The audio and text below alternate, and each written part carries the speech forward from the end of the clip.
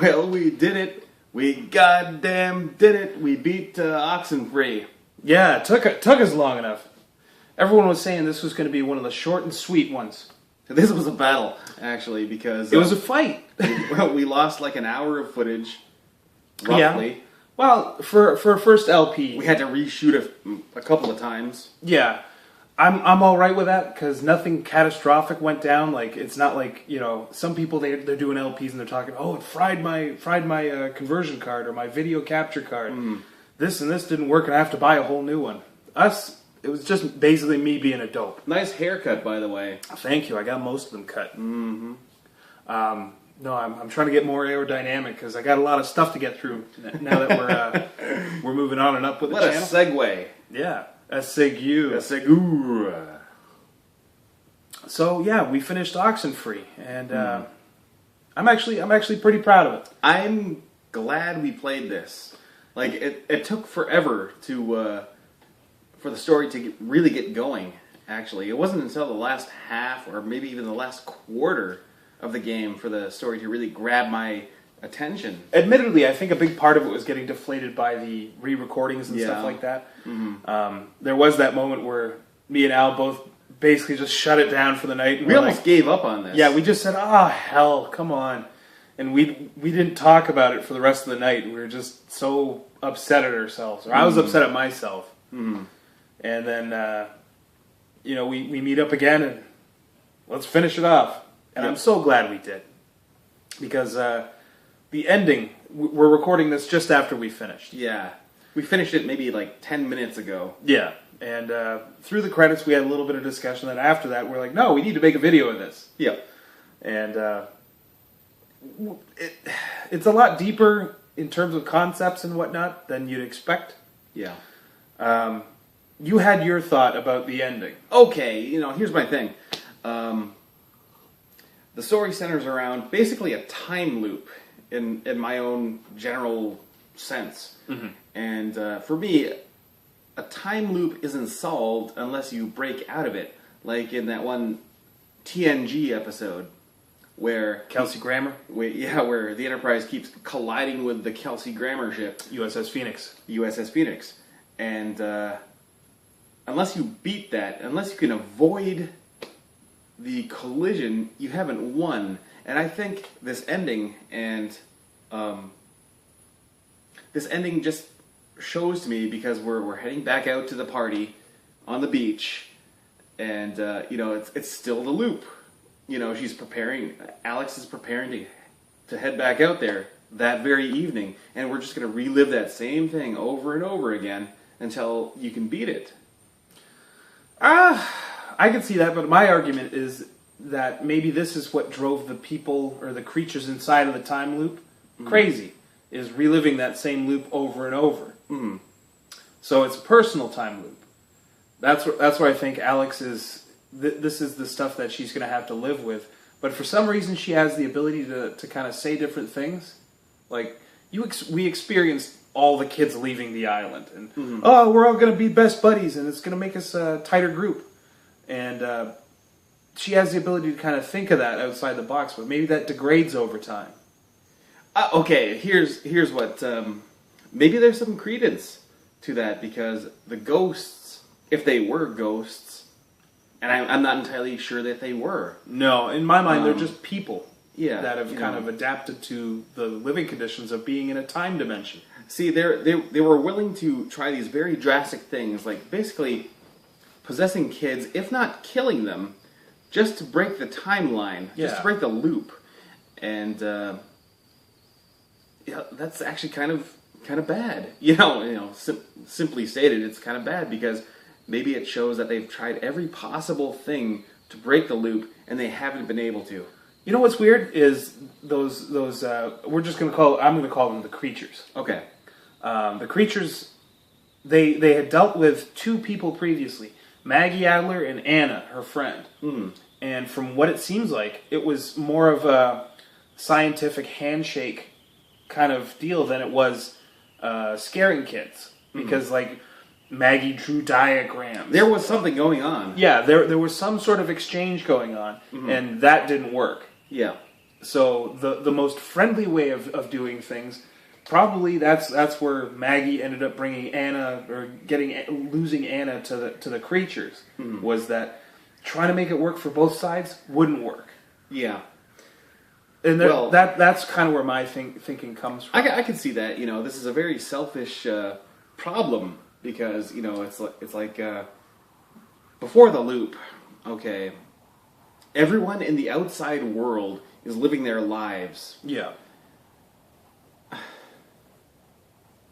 And they're just going on day to day, and life will continue unless you become involved in this loop. Yeah. And everyone that's involved suddenly becomes entangled, and it's a very selfish thing. It is, but we've never had our minds being challenged and torn apart by the concepts of looping time. I think honestly, even look at the pedestrian level of like time loops. Bill Murray in Groundhog Day, right? He goes nuts. He commits suicide a bunch of times. And it was funny because I was watching this one YouTube video where they hypothesized through his actions and doing stuff like that he's been in there close to 10,000 days. Okay. That's a long time. Okay, well, here's the thing. If it were any other person other than my brother, I would say, you don't know what you're talking about. But you and I think, are very prepared for this kind of problem. We have the knowledge. We don't necessarily have the skills, but we know what we're going for. Break the loop. Get a hiccup in there. Yeah, get something different. Yeah, as soon as you do that, you're on the right path. I tell you, if this happened to me, I wouldn't want to have anyone else but him. You would obviously, hopefully, be part of my team because you understand certain concepts like this that, both sides are now trying to break the loop. Anything different without trying to take too many lives. No, you try to contain it as much as possible, but essentially you're playing chicken with one of the forces of the universe. Yeah. Mm-hmm. And when you do that, you're looking for small victories. And the universe usually will have its way. Yeah. When you look at the universe as a whole, their powers are so vast that a little hiccup is the best you can hope for. Mm-hmm. And that's the path you should go down. I think we took the right path. I think this is a multi-playthrough game. I don't think we beat it technically. Well, no, I was looking at the trophies afterwards. We only got 23% on for Steam's trophy allocation or achievements. Mm-hmm. So yeah, it is meant to do that. I know we did skip through quite a bit of stuff. We missed a lot of stuff. I was controlling the game, and I missed a lot of stuff because outright ignored this stuff sometimes. That's just the way I am because I don't. It was a pure Alan playthrough. I don't stop to smell the roses. I see a problem. You're not going to look at a book. I'm not going to look at a book. I'm going to go to the party on the beach. Yeah, we're going here to party on the beach. Let's get to the beach and party. Yeah. And when we got there, they didn't want to party, so Alan just stoked the fire for 10 minutes. Yeah. It was hilarious. That fire was just... It was a jet engine. I made a jet engine out of wood. You could have forged metal in there. Probably. Yeah. That's just us. Out of the two of us, I think I'm probably the more thoughtful and meandering. Are you serious? Well, no, I mean like in terms of, look, there's something else to look at. Mm-hmm. I have the idea of direct to the point, but I'm playing a video game, so I'm going to see video gamey stuff. I think there might be a difference between you and me, me being the older brother, that I went into Commander Shepherd mode, and as soon as I saw lives in danger, I said, well, my team doesn't die, my team goes home. And everything I did was to get these kids home, regardless of what happened on that island, we're going to make it out. Yeah, they're going to make it out. They're going to make it out for good or ill, and, I pretty much sacrificed myself, I thought. I think you did. But see, you brought up Mass Effect. I think I was a better Commander Shepard. Are you serious? Because you were worried about your team. I was getting the mission done. I did that too. I did no side missions for my guys. Neither did I. What's his face? Jacob comes up, oh, my dad disappeared on this space freighter. I went on that. We had a signal coming. Jacob, shut up. No, I need my team going 100%. Your dad, you've already come to terms with that. He's gone and lost. We gotta fight the war. Okay. But this is not Mass Effect. No. But that was just an aside. It's weird that I had that take. My Shepard was asshole Shepard. I'm the good Shepard. We got the job done. I got it done. We still got to the same place. Yeah. But I got there faster. So what did you think about the game overall? Overall, I think this was what you would consider a high concept sci-fi game that got muddied by it being a game. Okay, you know what I think is there's a lot of really good stuff here. Like the story is, I think it's top notch. It's complex.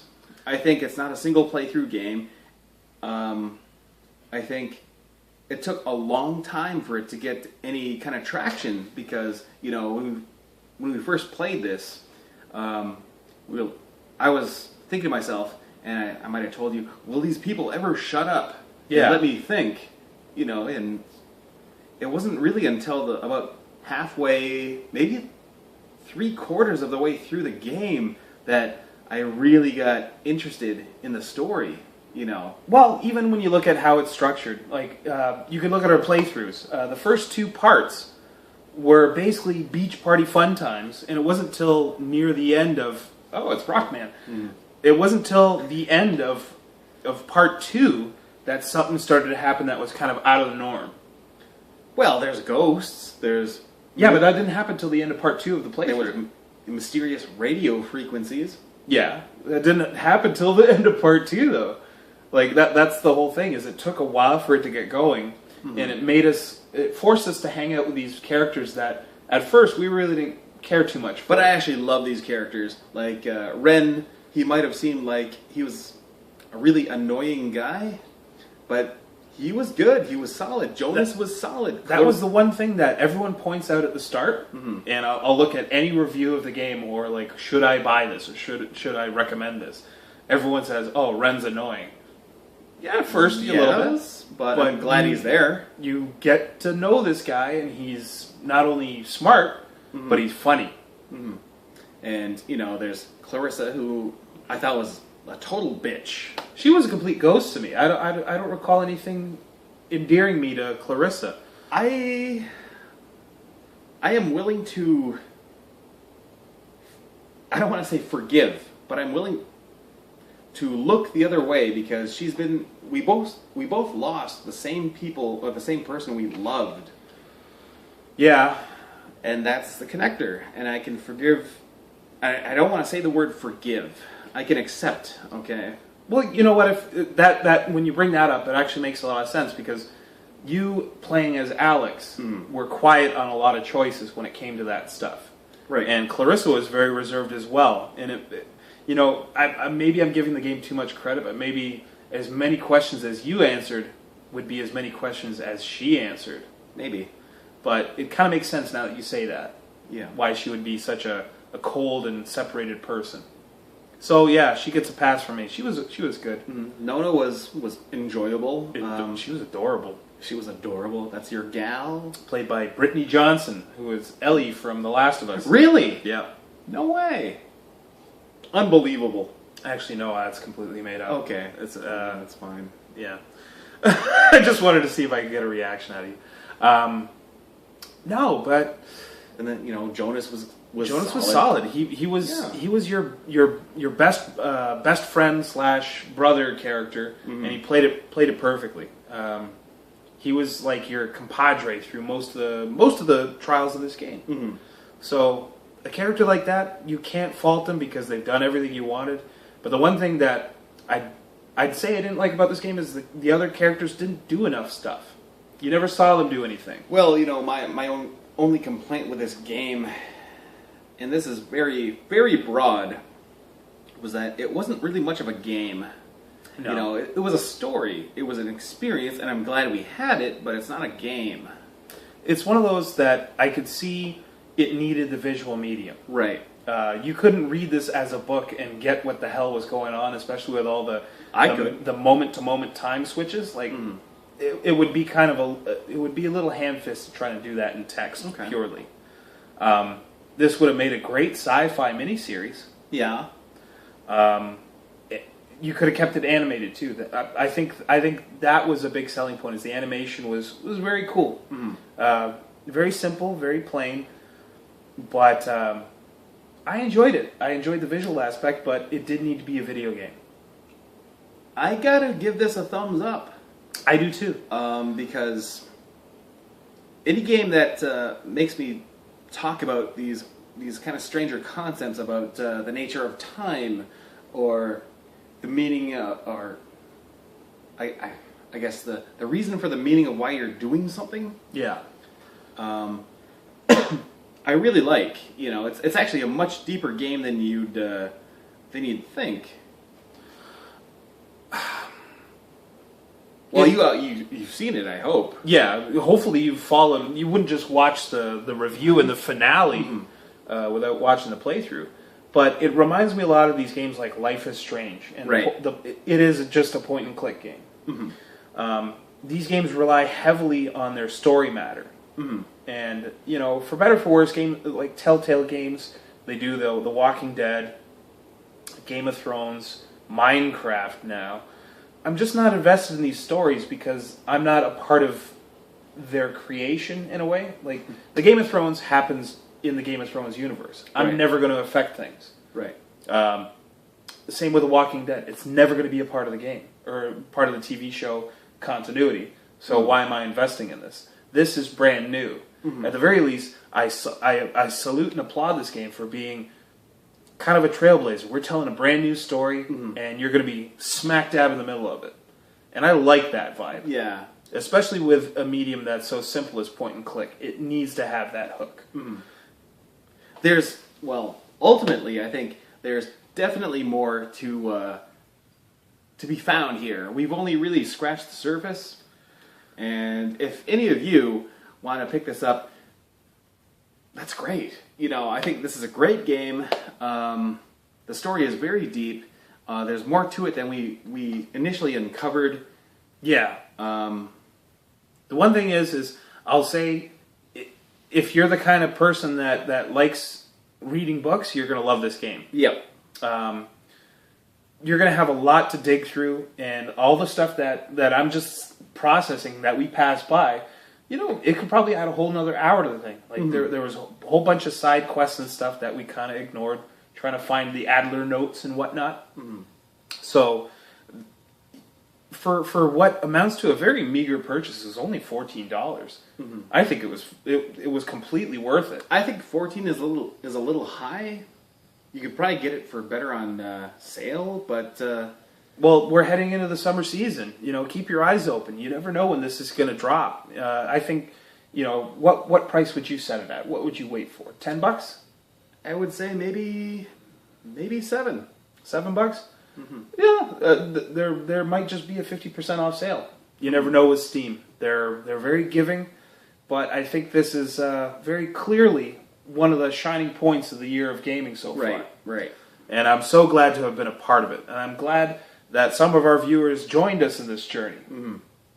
So hopefully you'll follow suit with the next game we pick. Cheers! Cheers!